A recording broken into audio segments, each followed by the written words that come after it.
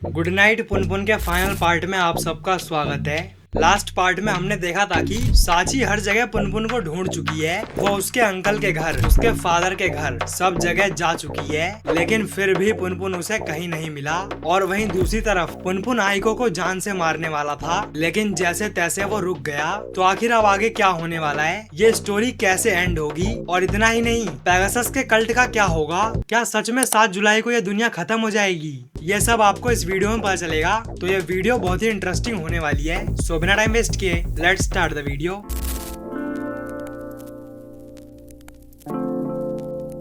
तो जैसा कि हमने पिछले से पिछले पार्ट में देखा था कि सेकी ने अपने ओनर की बेटी से ब्रेकअप कर लिया था और ये बात उसके ओनर को पता चल गई थी। तो उसने 2 बंदों को सेकी के घर भेजा था ताकि वो सेकी से माफी मंगवा सके। और वो दोनों उस दिन सिर्फ सेकी को धमका के चले गए थे, लेकिन अभी तक सेकी माफी मांगने नहीं गया। तो वो दोनों आदमी वापस से उसके घर पे पहुँच गए हैं। यहाँ सेकी उन्हें देख के एकदम चौंक जाता है और फिर क्या, वो दोनों सेकी को खूब मारते हैं। वो उसे जान से मारने की धमकी देने लगते हैं। तो सेकी बोलता है, हाँ ये बहुत बढ़िया रहेगा, तुम लोग मुझे जान से मार दो। इसके बाद हमें सेकी का पास्ट दिखाया जाता है। तो जब वो छोटा था तो उसके फादर उसी अबेंडन फैक्ट्री में काम करते थे जिसमें वो 10 साल पहले गए थे। और तब सेकी भी उस फैक्ट्री में आता जाता रहता था। एंड वहाँ उसकी एक लड़की दोस्त बन गई थी जो उसे अपनी ड्रॉ की हुई अनफिनिश्ड मांगास दिखाती थी। एंड ये लड़की कोई और नहीं, साची नानजो थी। यहाँ उसने सेकी से प्रॉमिस किया था कि जब वो अपनी मांगा कंप्लीट कर लेगी तो वो उसे जरूर दिखाएगी। एंड फिर इसके बाद जब वो 10 साल पहले पुनपुन आइको और बाकी सबके साथ उस फैक्ट्री में गया था तब उसे वो दोबारा दिखी थी, लेकिन तब उसने उससे कोई भी बात नहीं की। तो वो इतने सालों से यही सोच रहा है कि क्या वो उसे भूल गई है। तो वो यही सब याद कर रहा है। एंड वो दोनों आदमी उसे मार पीट के चले जाते हैं। इसके बाद सेकी अगले दिन शिमिज़ु से मिलने जाता है। यहाँ वो उसे फिर से समझाता है कि उस कल्ट से निकल जाओ, तुम लोगों के अंधविश्वास से ये दुनिया ठीक नहीं होने वाली है, मुझे तुम्हारी चिंता है, वो लोग तुम्हारे साथ कुछ गलत कर देंगे। तो शिमिज़ु बोलता है, तुम हमेशा बोलते हो कि तुम्हें मेरी चिंता है, लेकिन ये सब तुम सिर्फ अपने लिए कर रहे हो। यहाँ हम देख सकते हैं कि शिमिज़ु अभी तक उससे नाराज है। तो ये सुन के सेकी चुपचाप वहाँ चला जाता है और फिर शिमिज़ु भी पेगासस के पास चला जाता है। तो पिछले पार्ट में हमने ये भी देखा था कि हिरोमी ने सेकी को एक बटन दबाने के लिए कुछ पैसे एडवांस में दिए थे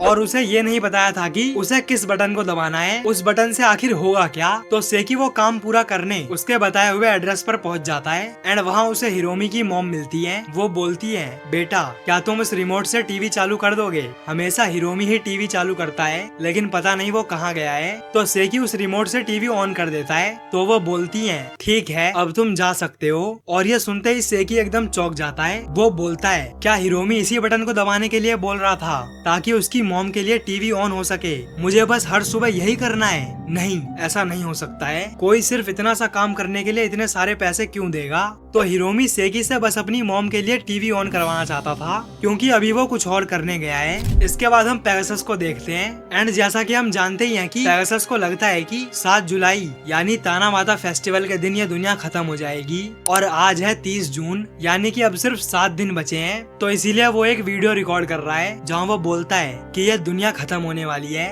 और तुम लोगों में से किसी को भी इसकी चिंता नहीं है। तुम सब लोग मतलबी हो। अब इसे मैं और मेरे 12 डिसाइपल्स ही बचाएंगे। अब हम मैजिकल वॉरियर्स खुद आकाशिक रिकॉर्ड में जाके सब कुछ ठीक करेंगे।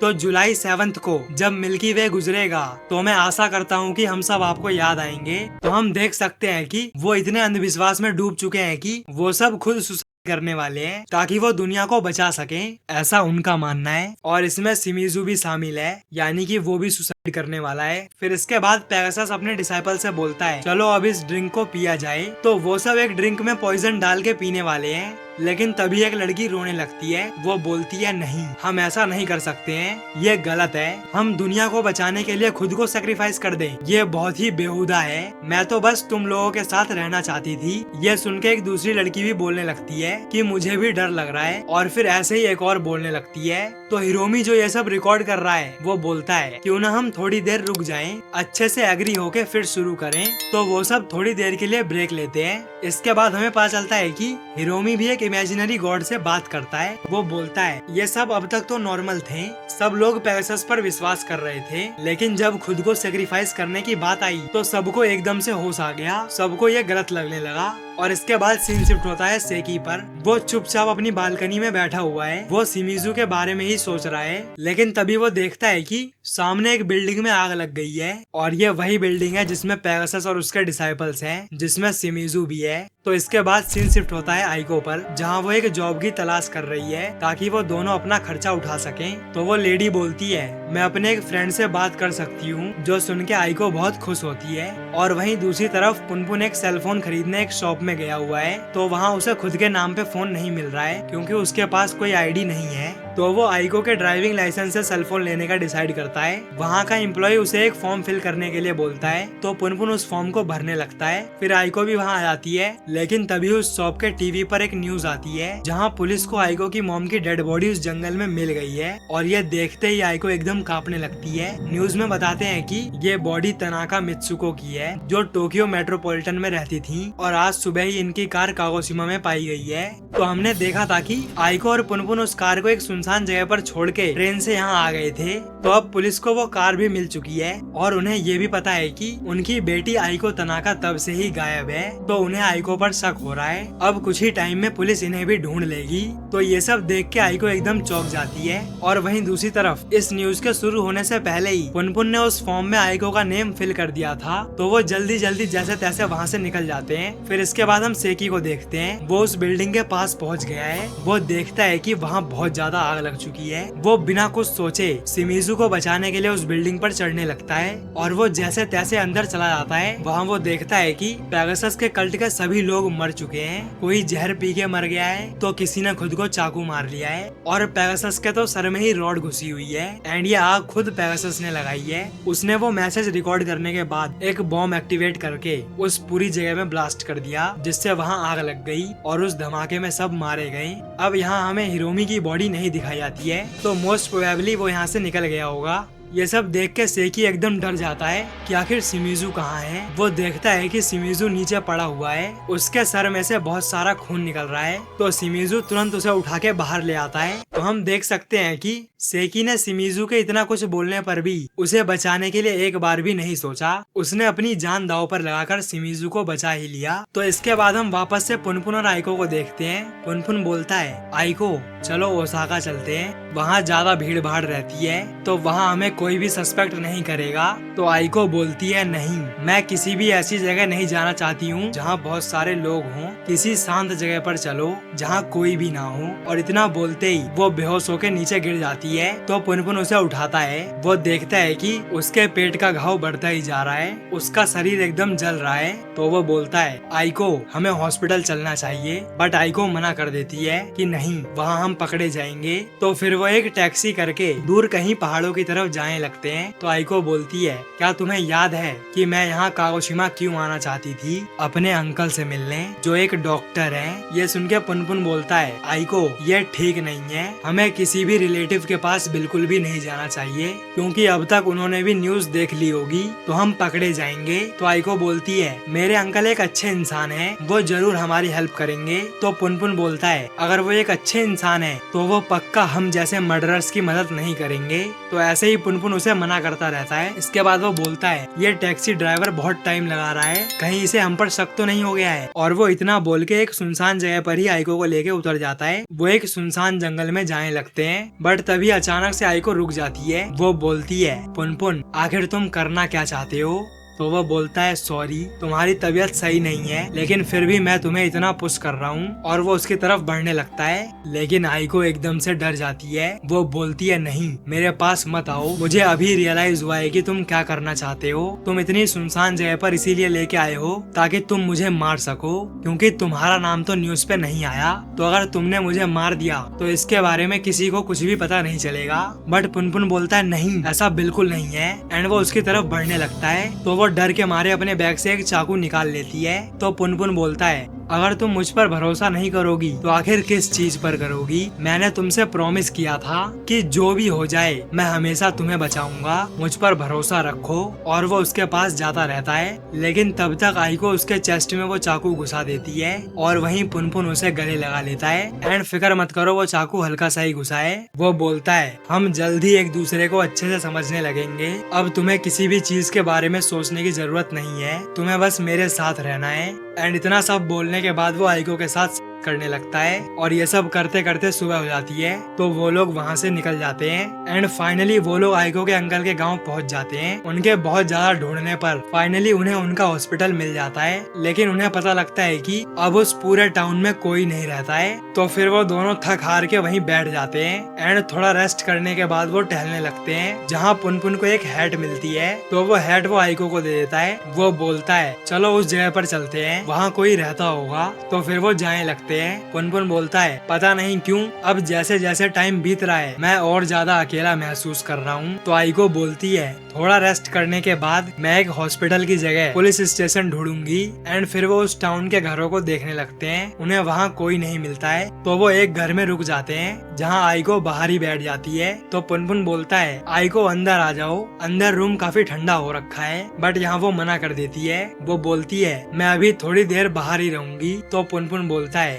आइको अगर तुमने पुलिस को सरेंडर किया तो तुमने अभी तक जो कुछ भी किया है उन सब का ब्लेम मैं खुद पर ले लूंगा। तुम्हें किसी भी चीज की चिंता करने की कोई जरूरत नहीं है। फिर चाहे मुझे कितने भी साल की जेल हो जाए, अगर बाहर तुम मेरा इंतजार करोगी तो मैं ठीक रहूंगा। फिर वो बोलता है आइको अब बिल्कुल सच बोलना कि क्या जो तुमने अपनी मॉम को मारने की बात कही थी वो सिर्फ मुझे सुसाइड करने से रोकने के लिए थी।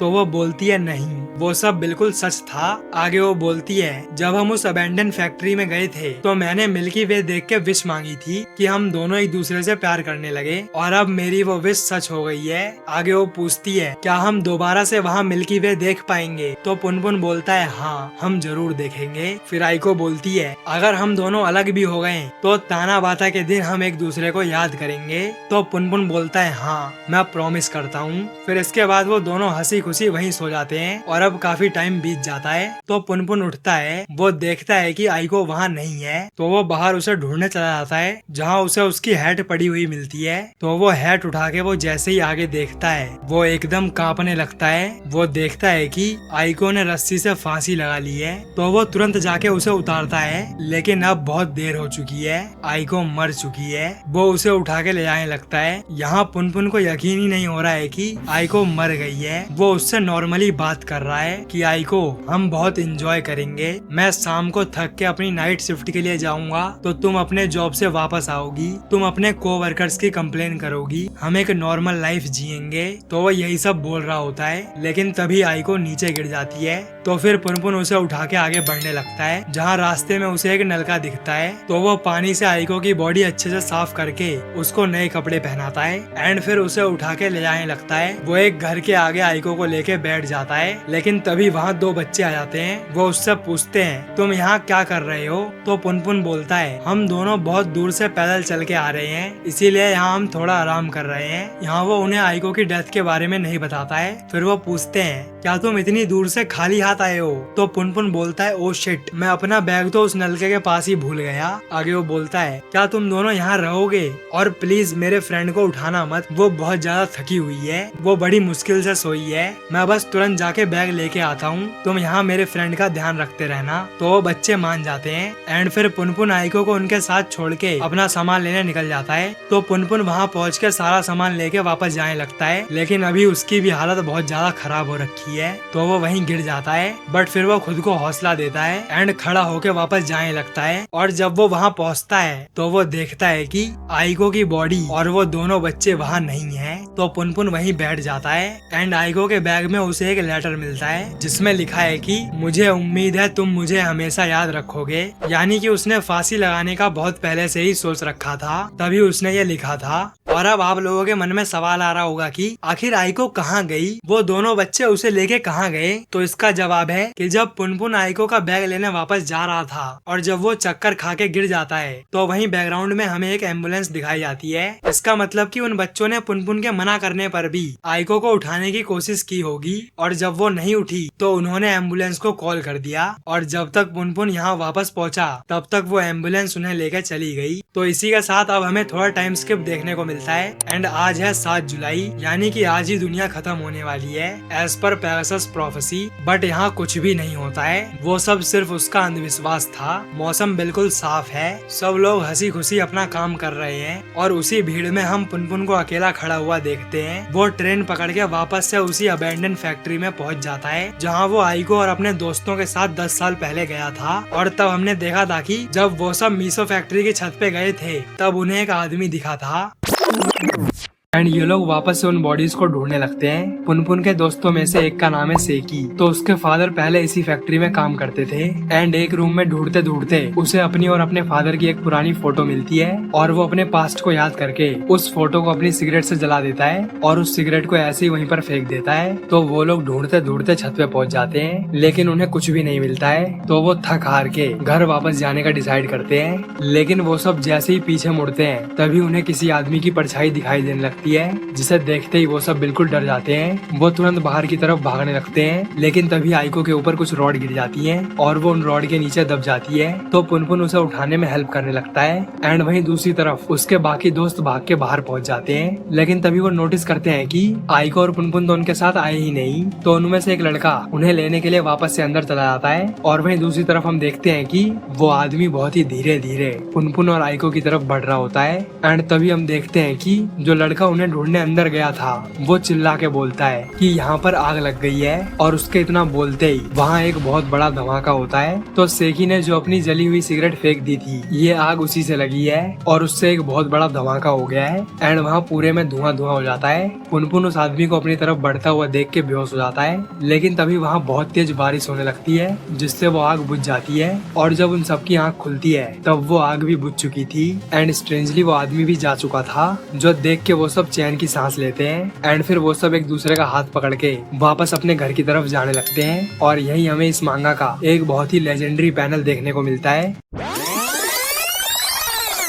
तो पुनपुन यहाँ आके फिर से उसी छत पर जाता है एंड हमें पता लगता है कि उस टाइम उन्हें जो आदमी दिखा था वो कोई और नहीं अभी वाला पुनपुन था। जी हाँ, अब मुझे नहीं पता ये सब कैसे हुआ, लेकिन मांगा में ऐसा ही दिखाया है कि उन्होंने 10 साल पहले छत पे जिस आदमी को देखा था वो फ्यूचर वाला पुनपुन है जब आइको उसे छोड़ के चली गई है। पुनपुन यहाँ बोलता है, मैं अब स्ट्रॉन्ग हो चुका हूँ क्योंकि अब मेरे पास कुछ भी खोने के लिए नहीं है। मुझे किसी को भी प्रोटेक्ट नहीं करना है, मुझे किसी की भी चिंता नहीं है, कोई एंजाइटी नहीं है और ना ही कोई खुशी है। मैं यही तो चाहता था, मुझे कोई भी रिग्रेट नहीं है, मैंने फाइनली ये अचीव कर लिया है। और फिर वो चिल्ला के बोलता है, हाँ मैंने कर दिखाया। एंड इसके बाद वो वहीं बैठ जाता है। वो फिर से गॉड को इमेजिन करने लगता है। गॉड बोलता है, क्या तुम सच में ये करने वाले हो? नहीं, तुम ऐसा नहीं करोगे, अंदर से तुम अभी भी हेजिटेट कर रहे हो। तो वो बोलता है, नहीं मैं हेजिटेट नहीं कर रहा हूँ, मैं ये सच में करने वाला हूँ। तो यहाँ वो अपनी जान लेने की बात कर रहा है। गॉड बोलता है, ठीक है तुम मर जाओ। तो पुनपुन बोलता है, नहीं तुम मर जाओ। और वो इतना बोल के अपनी आंख में चाकू मार लेता है। एंड इसके बाद सीन शिफ्ट होता है मिदोरी और यूइची पर। यहाँ हम देखते हैं कि मिदोरी की डिलीवरी होने वाली है। इसके बाद हम साची और उसके दोस्तों को देखते हैं, वो लोग साची का रूम साफ करने में उसकी हेल्प कर रहे हैं। और यहाँ हम उस मांगा को भी देखते हैं जो उसने सेकी को दिखाने का प्रॉमिस किया था। तो साची ने वो मांगा कंप्लीट ही नहीं की है। यहाँ जैसुमी उससे बोलती है, साची क्या इस मांगा को भी फेंकना है? तो वो बोलती है हाँ। तो जैसुमी बोलती है, साची तुम इंडिपेंडेंट हो, इसीलिए मुझे तुम पसंद हो, तुम एक ऐसी इंसान हो जो हमेशा अपना प्रॉमिस पूरा करती है। तो साची बोलती है, नहीं ऐसा बिल्कुल नहीं है, बहुत टाइम पहले मैंने एक लड़के से प्रॉमिस किया था कि जब मैं ये मांगा कंप्लीट कर लूंगी तो उसे दिखाऊंगी, लेकिन एट द एंड मैं ऐसा नहीं कर पाई। यहाँ वो सेकी की ही बात कर रही है। आगे वो बोलती है, 10 साल पहले मैं उसे एक अबैंडन फैक्ट्री पर मिली भी थी, वो अपने दोस्तों के साथ था, लेकिन तब मैंने उससे कुछ भी नहीं बोला, शायद मैं उसे याद भी नहीं थी। तो हम देख सकते हैं कि सेकी और साची दोनों को लग रहा है कि वो दोनों एक दूसरे को याद नहीं है, लेकिन असल में उन दोनों को सब कुछ याद है। बस अगर उनमें से किसी एक ने भी पूछ लिया होता या बात करने की कोशिश भी की होती तो शायद आज वो दोनों एक साथ होते। तो ये सब सुन के जैसुमी बोलती है, क्या पता वो अभी तुम्हारी कोई मांगा पढ़ रहा हो। तो साची बोलती है, नहीं ये बहुत पुरानी बात है, वो ये सब भूल भी गया होगा। एंड फिर इसके बाद वो तीनों बाहर टहलने निकल जाते हैं, जहाँ वो जैसुमी को छोड़ के कानी के साथ जाने लगती है। कानी उससे बोलती है, साची तुम खुद पे ज्यादा लोड मत दो, कुछ ही महीने में तुम्हारा बेबी होने वाला है, तो ज्यादा टेंशन मत लो। यहाँ साची पुनपुन को लेकर अभी तक परेशान है क्योंकि ऑब्वियसली वो उसे मिला नहीं है। आगे वो बोलती है मैं बस पुनपुन के वापस आने का इंतजार कर रही हूँ। इसके बाद हम सेकी और शिमिज़ू को देखते हैं और वो दोनों थोड़े ठीक हैं। यहाँ हम देखते हैं कि सेकी सच में साची की ही मांगा पड़ रहा है। तो चलो आखिर किसी तरह उनका प्रॉमिस पूरा हुआ। यहाँ सेकी शिमिज़ू से बोलता है शिमिज़ू चलो घर चलें। तो शिमिज़ू पूछता है आखिर तुम कौन हो। तो यहाँ हम देख सकते हैं कि उस एक्सीडेंट में शिमिज़ू की याददाश्त चली गई है। तो शिमिज़ू बोलता है मैं तुम्हारा दोस्त हूँ। एंड इसके बाद सीन शिफ्ट होता है मिमुरा पर। हम देखते हैं कि वो अभी भी अपने हाई स्कूल के क्लासमेट से पुनपुन के बारे में पूछताछ कर रहा है बट उसे कुछ भी पता नहीं चलता है। तो वो थक हार के बैठ जाता है। फिर वो जैसुमी को कॉल करके उससे बात करने लगता है। तो वो काफी टाइम से जैसुमी का फोन नहीं उठा रहा था, इसीलिए जैसुमी उससे बहुत ज्यादा नाराज है। मिमुरा बोलता है तुम रो मत, मैं अभी तुम्हें लेने आ रहा हूँ। और इसी के साथ हम जैसुमी को देखते हैं। वो कुछ देख के बिल्कुल चौंक गई है और ये मिल्की वे है जो बहुत ही ज्यादा सुंदर है। सब लोग इसे देख के मेस्मराइज हो गए हैं। यहाँ हम हिरोमी को भी देखते हैं। हाँ वो जिंदा है। वो पेगासस की पब्लिक की हुई वीडियो देख रहा है। एंड इसी के साथ हम वापस से पुनपुन पर आते हैं। वो जमीन पर पड़ा हुआ है जहाँ उसकी आंख से बहुत सारा खून निकल रहा है। वो मिल्की वे देख के बोलता है आइको और गॉड अब दोनों जा चुके हैं। अब मैं अपनी दूसरी आंख भी बंद करके सो जाऊंगा बिना कल की चिंता किए। Good night. और तभी हम देखते हैं कि वहाँ साची आ चुकी है और उसके साथ कानी भी है। तो वो भी इस फैक्ट्री से मिल्की वे देखने आई थी जहाँ उसकी पहली बार पुनपुन से मुलाकात हुई थी। और अब वहीं फिर से उसे पुनपुन मिलता है। साची मन में बोलती है अब मैं कभी भी पुनपुन को खुद से अलग नहीं होने दूंगी। आगे वो बोलती है पुनपुन उठ जाओ। एंड फिर वो पुनपुन को उठाने लगती है तो पुनपुन खड़ा हो जाता है। वो उसका हाथ पकड़ के बोलती है तुम सिर्फ और सिर्फ मेरे हो। और फिर वो तुरंत पुनपुन को हॉस्पिटल ले जाते हैं। एंड फिर ऑलमोस्ट 12 घंटे के बाद पुनपुन को होश आता है। साची बोलती है तुम आराम से लेटे रहो, अभी अभी तुम्हारी लेफ्ट आई की सर्जरी हुई है। इसके बाद वो उसे अपनी नई स्टोरी का मेन कैरेक्टर दिखाती है। एंड ये बिल्कुल पुनपुन जैसा है, यानी कि जैसा वो हमें दिखता है। इसके बाद वो बोलती है मैं तुमसे ये नहीं पूछूंगी कि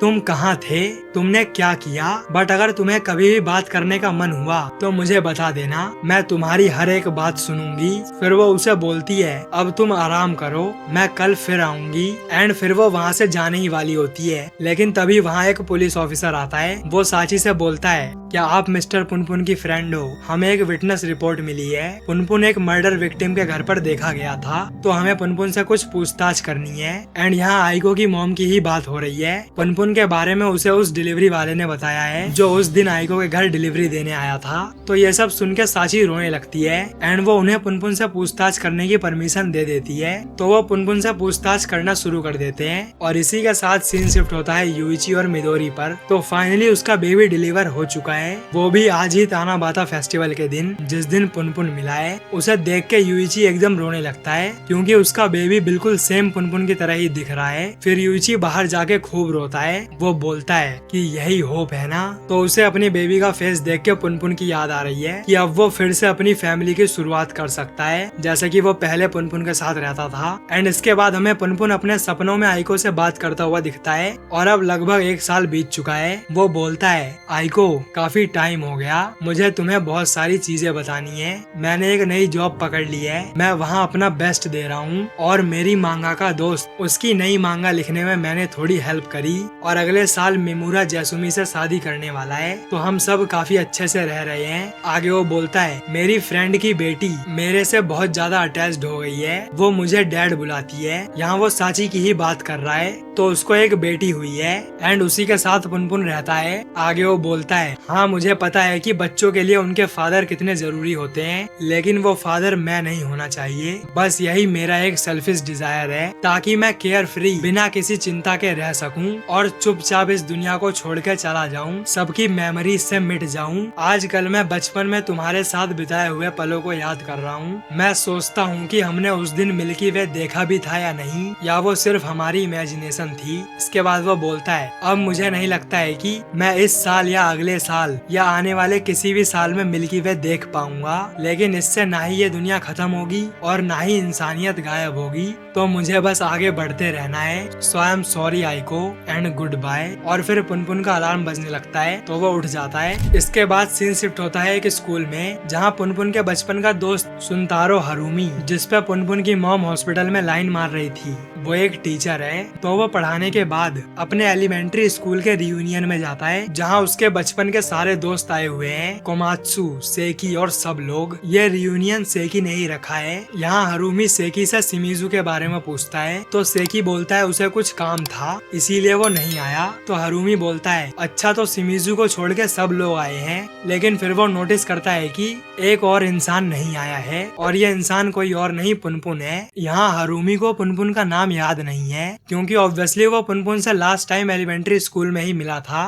तो अब वो उसका नाम भूल चुका है। तो फिर वो सब लोग वहाँ काफी बातें करते हैं। एंड फिर हारुमी बस पकड़ के वापस चला जाता है। एंड फिर अगले दिन वो अपनी गर्लफ्रेंड के साथ उसकी शादी की ड्रेस लेने जाता है, जहाँ वो उससे बोलती है अगर तुम बोर हो रहे हो तो तुम बाहर जाके टहल आओ। तो हारुमी बाहर घूमने चला जाता है। एंड वहाँ उसे पुनपुन दिखता है, तो वो दोनों बात करना शुरू कर देते हैं। लेकिन उन दोनों को समझ नहीं आ रहा है कि वो किस चीज पे बात करें, क्योंकि वो दोनों एक दूसरे से कई सालों के बाद मिल रहे हैं। फिर हारुमी बोलता है जो वीडियो हमने देखी थी उसे हम ईबीजे बोलते थे, लेकिन असल में वो ईवीजे थी। तो वो ऐसे ही बात कर रहे होते हैं, लेकिन तभी वहाँ साची अपनी बेटी के साथ वहाँ आ जाती है। साची पुनपुन से बोलती है तुम बिन बताए कहाँ निकल जाते हो। तो पुनपुन उसे हारुमी से इंट्रोड्यूस कराता है। वो बोलता है कि ये मेरे एलिमेंट्री स्कूल का दोस्त है। एंड यहाँ हम देखते हैं कि साची के साथ मिमूरा और जैसुमी भी आए हैं। फिर साची बोलती है चलो अब चलते हैं, हम कब से तुम्हें ढूंढ रहे हैं। तो पुनपुन उसके साथ जाने लगता है। तो हारुमी उसे देख के बोलता है अच्छा, तो तुमने शादी कर ली है। लेकिन यहाँ पुनपुन इसका कोई जवाब नहीं देता है। तो हारुमी समझ जाता है कि ऐसा कुछ भी नहीं है।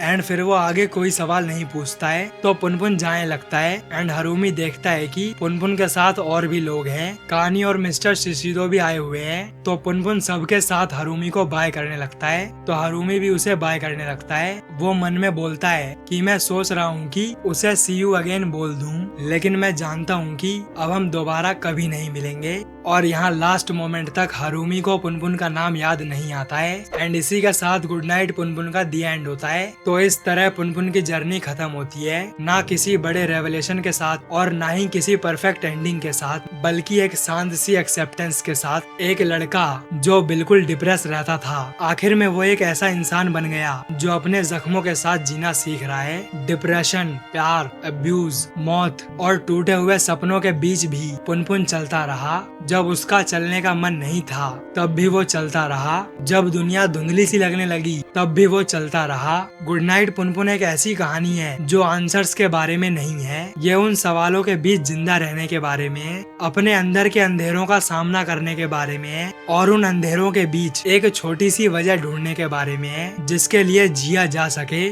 फिर चाहे वो वजह कितनी भी छोटी क्यों ना हो। अब पुनपुन ने सब कुछ एक्सेप्ट करके जीना सीख लिया है। एंड होपफुली इस जर्नी में आप लोगों ने भी रियलिटी को एक्सेप्ट करना सीखा होगा। सो थैंक यू एवरीवन जो भी इस मांगा के एंड तक बने रहे। एंड आई होप कि आप लोग ऐसे ही सपोर्ट करते रहेंगे। तो अगर आपको ये वीडियो अच्छी लगी हो तो वीडियो को लाइक और चैनल को सब्सक्राइब जरूर करें। So thanks for watching this video. मिलते हैं ऐसे ही किसी और मांगा के साथ।